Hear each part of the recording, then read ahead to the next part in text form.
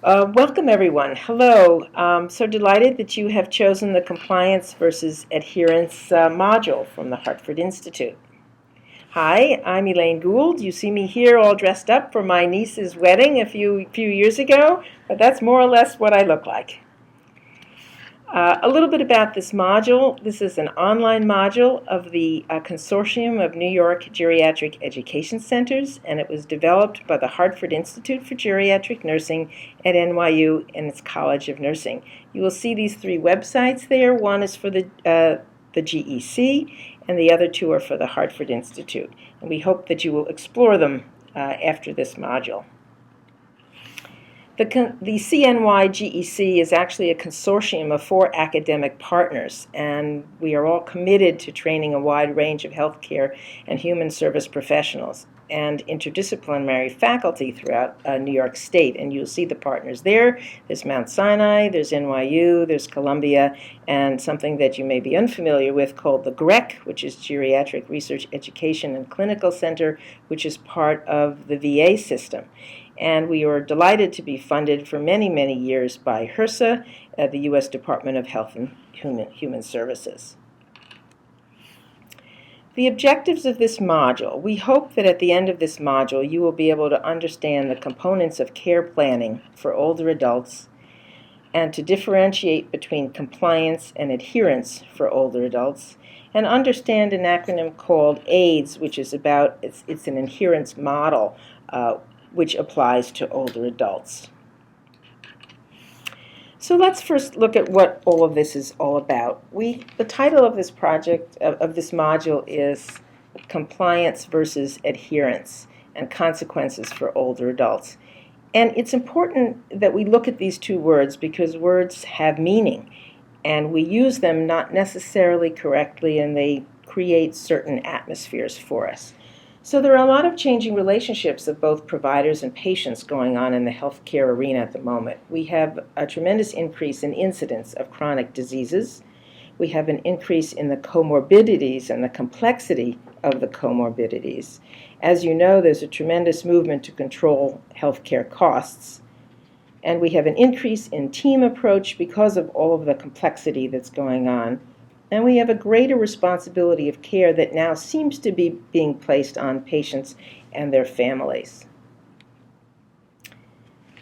So in order to get better outcomes in illness management, we really need to create some behavior change. And a patient's role in care often requires this change in behavior. You have to change what patients do. And we also have to change what providers do as well. And this changing behavior works best in the context of a care plan. We need to know what we're doing and why. So what is a care plan? Well, it's a document outlining a plan of care for a patient for a specific period of time. It also serves as a guide for all who are involved in the care of a patient to provide appropriate treatment and to try to ensure optimal outcomes. So there are a whole slew of different kinds of care plans. What are some of the variations? Well, one is that it can be discipline specific. It can be specific around what a physician or a nurse or a social worker or a pharmacist is supposed to do for a patient, and that's perfectly fine. However, it tends to encourage providers to work in silos, which is ultimately not beneficial for older adults. So we look to care plans that are interdisciplinary and bring all of these providers together, looking and focusing on the patient and what their particular roles are in order to help the patient. Care plans can also be specific to one health issue. We may have a plan about how to control someone's diabetes, how to control their congestive heart failure. And that's fine too, but unfortunately it's not the whole picture about what the patient is dealing with in terms of their total health. And so again, we look for better care plans would be ones that are more comprehensive and that deal with multiple health issues. There are also care plans that actually delineate protocols. If you see this, you do that. If you see that, you do something else. Those are fine too, but again, they're limited in their focus. And so what we're really looking for are care plans that are patient-centered. And in fact, a new term that we're seeing now is care plans that actually create contracts with a patient so that everyone is on the same page. And we'll talk more about this as we move forward. So let's first look at the components of care plans. You have to have some baseline data. You have to know what's going on at the moment the care plan is to begin. And so you need to conduct a comprehensive assessment. And after you do that, the assessment will yield really a delineation of a problem list, the diagnoses, the psychosocial strengths, and issues that affect conditions and a person's well-being. And once you have the problem list, then you need to define the level of each problem. How serious is this problem? Will this problem get better? Can we keep this problem from getting worse or developing complications? What can we do to optimize the quality of life and comfort and dignity until the end if everyone feels that we are close to the end of a patient's life? And after that, we create goals for each of these problems, and we delineate interventions and approaches with, and this is the important part, responsibility and a timetable, which includes not only the provider's timetables and responsibilities, but patients and family members as well. And then a very crucial part to this care plan is to reevaluate at the end of the time period to see if the patient's status has changed. And of course, if a patient's status changes abruptly in the middle of the time period, then the whole thing starts all over again right away. But care plans need to have intervals and time periods, and then they can be taken seriously. Because many times and in many places, providers think that care plans are just more paperwork, but they really are not. If they're used creatively and purposefully, they really can be useful to try to optimize outcomes. So now let's look at this whole notion of compliance and adherence. Once you have a care plan, the traditional view is that you want compliance to that plan. And so what is compliance? Well, it implies a one-way process. Clinicians dictate the treatment regimen, and the patients must comply. However, and we've been doing that since healthcare began, but now it seems, and I would probably say thanks to the baby boomers, there's been a different viewpoint that is becoming more popular, and is changing the vocabulary, and it's changing to the vocabulary to the notion of adherence, which is much more of a collaborative process. It's defined as the extent to which a person's behavior, taking a medication, following a diet, or executing a lifestyle changes, corresponds with agreed recommendations from a healthcare provider. Adherence emphasizes the patient's and caregiver or provider's role as a partner in the treatment and the decision-making process. This is very new. You will hear people say that patients are non-compliant, but a gentler way to look at all of this is perhaps saying that they're non-adherent, and we will look for reasons why in just a minute. But let's look a little more carefully at the notion of compliance and adherence. Compliance is basically a medical model, and adherence is a behavioral model. In compliance, the practitioner is the center of the universe, and information is given by the practitioner, and in fact, the practitioner wants to save the patient, or certainly cure the patient along the way. And they will dictate behavior, the gold standard of care, in order to achieve that. But the problem is it gets us into a win-lose orientation. It augments the notions of confrontation and kind of fighting over what's supposed to happen. It's a very authoritarian viewpoint of a parent and a child. The physician says, or the provider says what's right, and the patient or the child is supposed to do it. No questions asked. And so we persuade and we even manipulate if we care to, And we look at resistance as being bad. The patient is non-compliant. They're not being cooperative. They're not doing as they're told. And that is really problematic, and we're going to talk a little more about that in a minute. And so we argue, and we get power struggles, in fact, in this process. And respect is expected, and providers get insulted when patients don't give them the proper respect that they think is due them. So that's the compliance model. It's been around a long time. It's still around, but we're finding that it's less than satisfactory. And if we change our viewpoint a little to a behavioral model and to one of adherence, we see a substantial difference in focus. In the adherence model, it's patient-centered. It's not practitioner-centered. The patient is the center of what's going on, because ultimately it's the patient that we want to help. And in that environment, information is exchanged. The patient tells the provider things, and lo and behold, the provider is supposed to actually listen. And in fact, the provider can tell the patient things, and it's expected that the patient will in fact listen as well. And it's the process where the patient takes responsibility for their own health care. So in fact, they are trying to save themselves, and they have a commitment to that betterment. In this situation, we negotiate behavior, because behavior is only as good as the patient is willing to commit to and is capable of doing. So it becomes a win-win orientation instead. It's a collaborative process of equals. And that's a difficult concept, because many healthcare providers have spent a lot of time and a lot of money and a lot of education to gain an expertise, and so they do not think that they are on equal terms with the patients.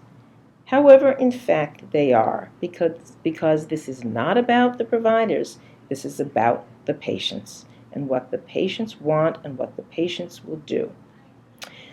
So it's important that we assess the readiness and understanding and the acceptance that a patient will have to participate in his or her health care. And that means that resistance, non-adherence, is in fact a source of information. It's not just bad behavior. There's a reason that people resist, and we need to find out what it is. The most important question you can ask is why? Why are you having trouble doing this? Why don't you agree with this? Why don't you want to do it?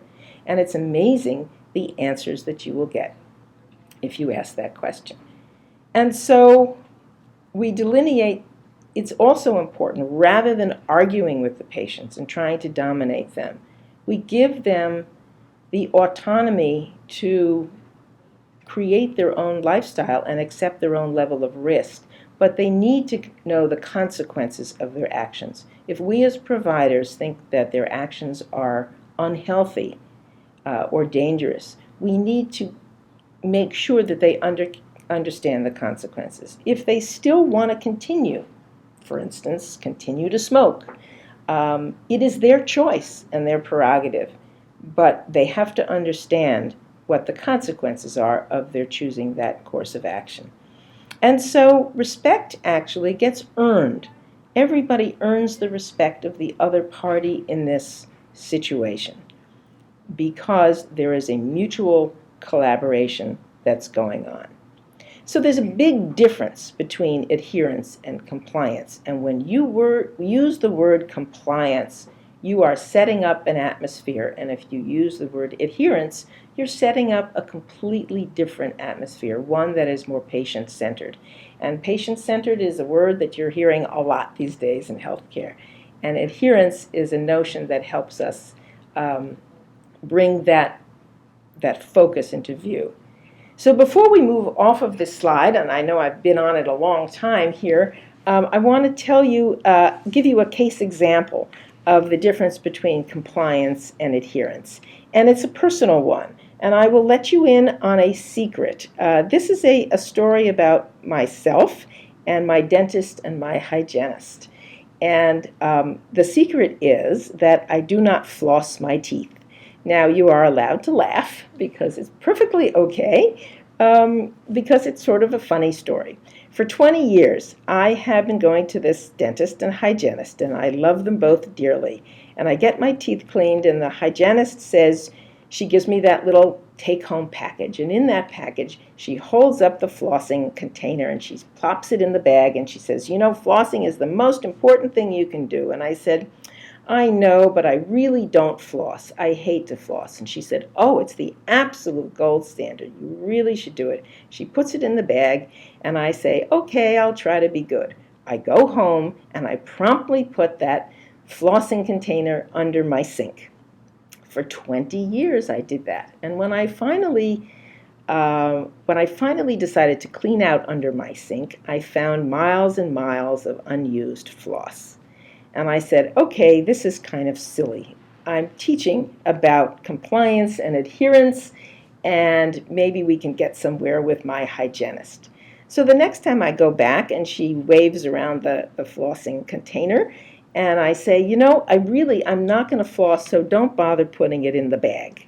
And she says, oh, it's the most important thing you can do. You really should try. And she plops it in the bag. And after she leaves the room, I take it out of the bag and I put it back on the counter. And I go home feeling very triumphant. I come back a few months later and she says to me, I see that you didn't take the floss I put in your bag. And I said, yes, because I'm not going to floss. So we are now in this win-lose war of wits. And in the process, I say, look, if the goal is to get to Elaine to floss, you lose, because I'm in total control of my behavior and I'm simply not going to do it. If the goal was better oral health for Elaine, I'm happy with that goal. How else can we reach that goal other than flossing?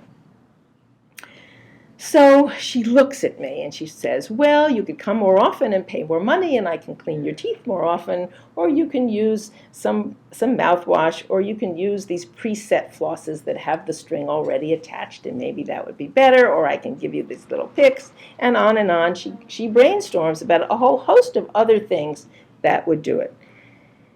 Through all of this, as you can see, did she ever ask me in 20 years, did anyone ever ask me why I don't floss?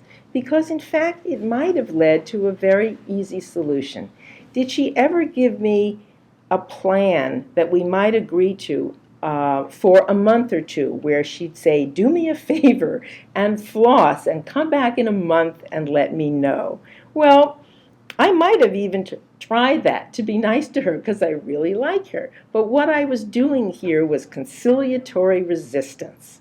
And we'll talk more about that. I was saying, yes, I would try to be good, and I go home and I'm not good. I'm not good according to those standards.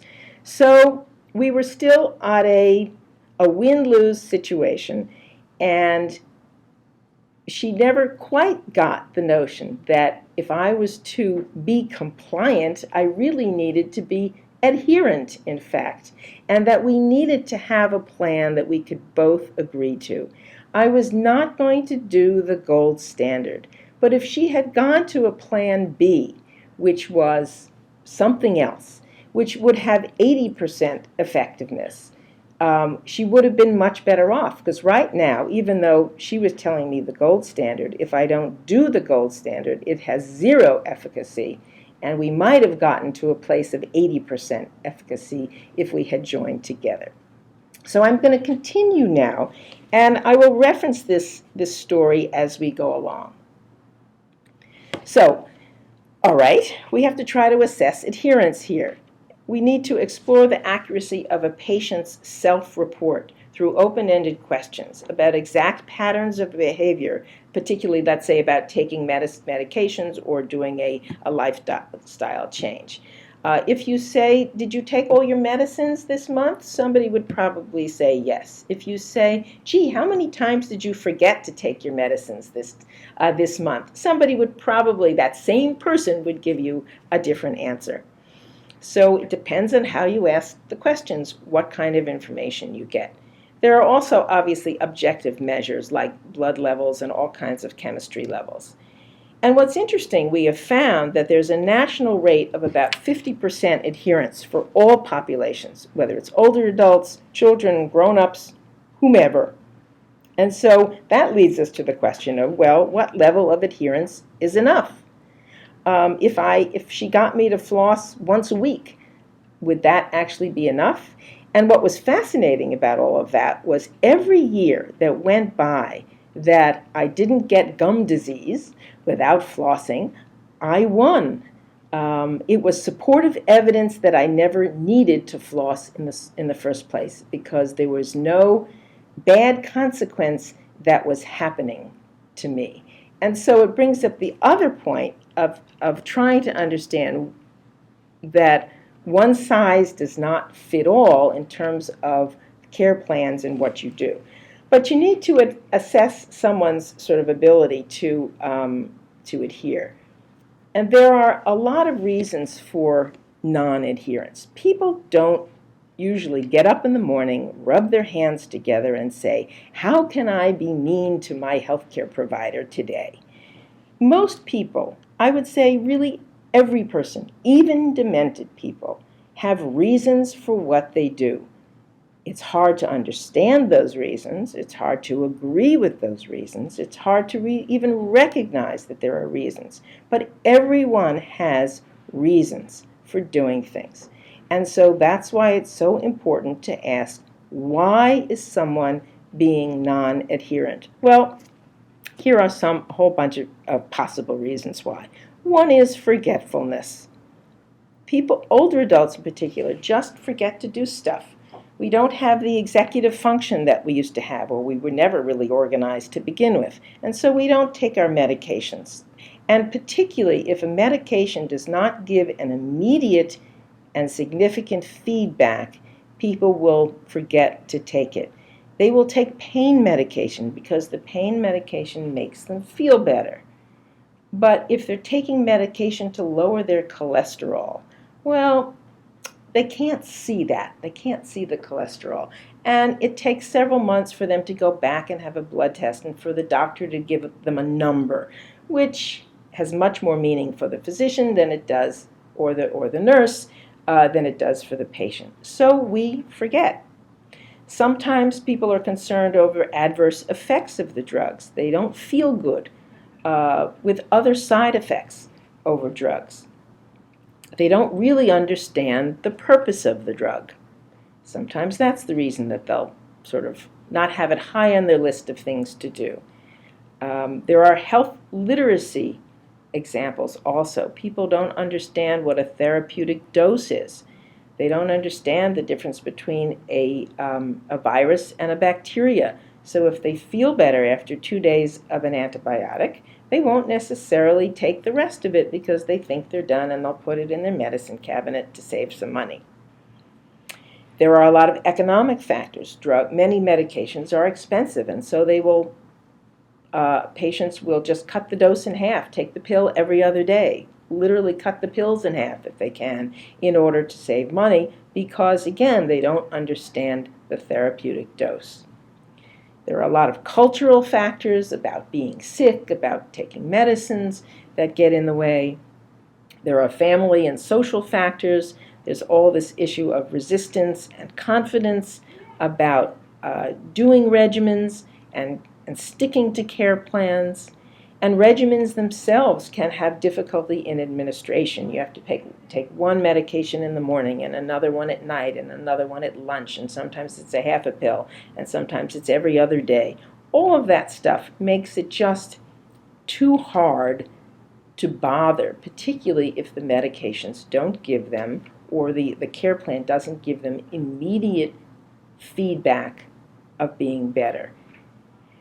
And then there's all the psychological factors of denial, vulnerability, reminder of chronicity. Every time they go to look at a pill, it reminds them of being sick, and so they don't want to be reminded, and so they won't take their pills. And then, of course, there's the cognitive factors of executive function and what happens with dementia that makes it even harder. So there are behavioral consequences of this compliance view. We know that there are increased adverse health events. The number of times patients end up back in the hospital for the same thing because they just haven't gotten a handle on it. Care plans are made, but they're not the focus of care. And so they're just words on a piece of paper. We get poor communication between provider and patient.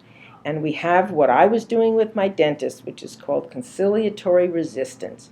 Yesing them to death, but not following the recommendations when they get back home. And with that, older adults can start exhibiting aggressive behaviors with providers. My mother was a perfect example of that. She would fight with them all the time because she didn't agree with what they were saying. Or there would be just a lack of follow-through that the older adult would have. Or the older adult would go to multiple providers because they didn't like what a nurse or a physician was saying about something. And on the provider side, there's the equal lack of follow-up because they think their job is done by providing the gold standard recommendation. And it makes providers work in silos, and it does not foster the kind of teamwork that's really needed. And there are consequences for older adults, too. Again, in the compliance orientation, older adults will feel that they have no control. They will feel a tremendous increase in vulnerability, and they will once again do this conciliatory resistance as a way to get around all of that.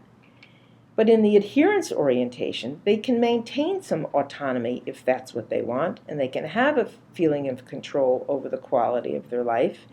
There will be enhanced communication with providers, and there will just be better medication management. So let's look a little more closely at from the provider side.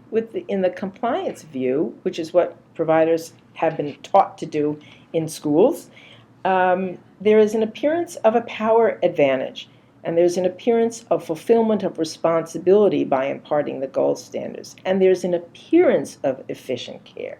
But it's only appearance, because you need the adherence view to actually achieve the better outcomes and to have better communication with patients and families. It can't just be in one direction. And it allows a prevention on focus, a focus of prevention that was really not possible before. And a provider will just have much greater satisfaction in their practice because they will see better outcomes and they will see better caring. So increasing adherence, in order to increase adherence, you have to create behavior change on both sides, both for the patient and certainly for the provider. And so the provider has to determine why non-adherence is occurring. And you do that by simply asking the question, why? The provider needs to show empathy and a non-judgmental manner. There's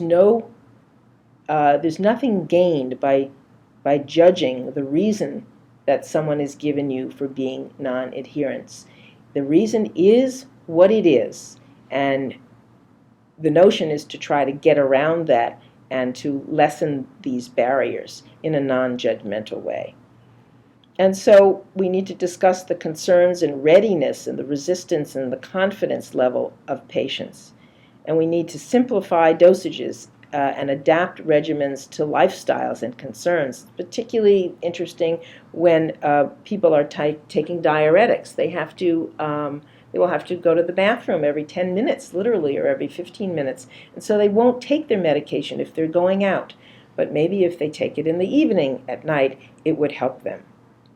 So we have to see how their day goes and whether they can actually do what we are asking them to do. And if they can't do it, then what we're asking is totally useless. And we need education about diseases and medications, short education sessions, not lengthy ones for patients, and a lot of written materials as support documents. And we need reminder methods, and we need behavior modification. Everybody loves rewards. Everybody wants to be patted on the back for being recognized for doing good work. And so we really can have care plan contracts with patients where everyone agrees that a goal is doable and that everybody is ready and willing and able, in fact, to do it. So one acronym is just called AIDS in trying to improve medication adherence. You start with assessment that we talked about. You individualize a particular regimen based on people's on the patient's articulated concerns, and then we document it in a plan, and we educate patients, and then we supervise them and give them good coaching to get it done, and that helps along the way. And if we negotiate with a patient, we want to have sort of 6 steps to common ground. And so again, we identify all the needs and wants of all the participants, whether it's you, the patient, family members, anybody else who's a stakeholder in the healthcare of this particular patient. And again, it's done in a non-judgmental way. We validate everybody's needs and emotions because they are what they are. We then brainstorm for all kinds of options and solutions. Once I got my hygienist to think about a different kind of goal, she came up with a whole slew of options that, in fact, worked for me. And we negotiate for a consensus, we evaluate the patient's confidence and readiness, and we put a limited time frame on it. Everybody will try something for a little while because they know at the end of the time frame that they can still say no and that the plan will be reworked. So we agree on a plan and we agree on a time frame, and then we can evaluate the success or failure of that plan and move on to the next phase. So really, to kind of conclude this, there are a few things to remember. Resistance yields information. Resistance is not bad. Resistance is the best source of information that you have to provide good care to a patient. And again, gold standard protocols are only as good as their implementation. They are useless if the patients will not conform to them. So don't let the perfect get in the way of the good. And to understand that it's really hard for patients to be good. It takes a lot of control and focus for people to change their behaviors. And once again, the win-win is really best. So there are lots of things to remember here. And for the rest of your time related to this module, we hope that you'll develop your own case example. You can use my example of the dentist, but I'm sure you have many patients where the notion of compliance has not really worked well. And so think about the elements of an adherence focus and how you might relate differently to these patients. So first, please think of a patient where adherence to medical advice or a medical regimen has been difficult.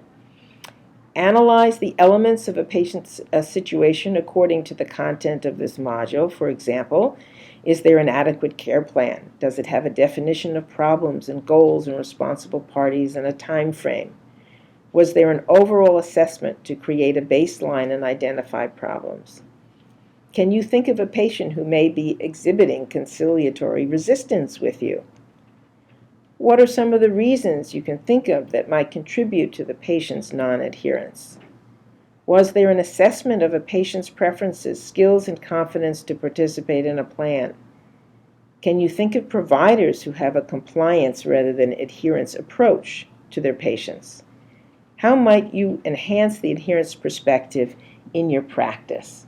So we hope you will think about these things as you add this information from this module to your work environment and the way you approach your patients.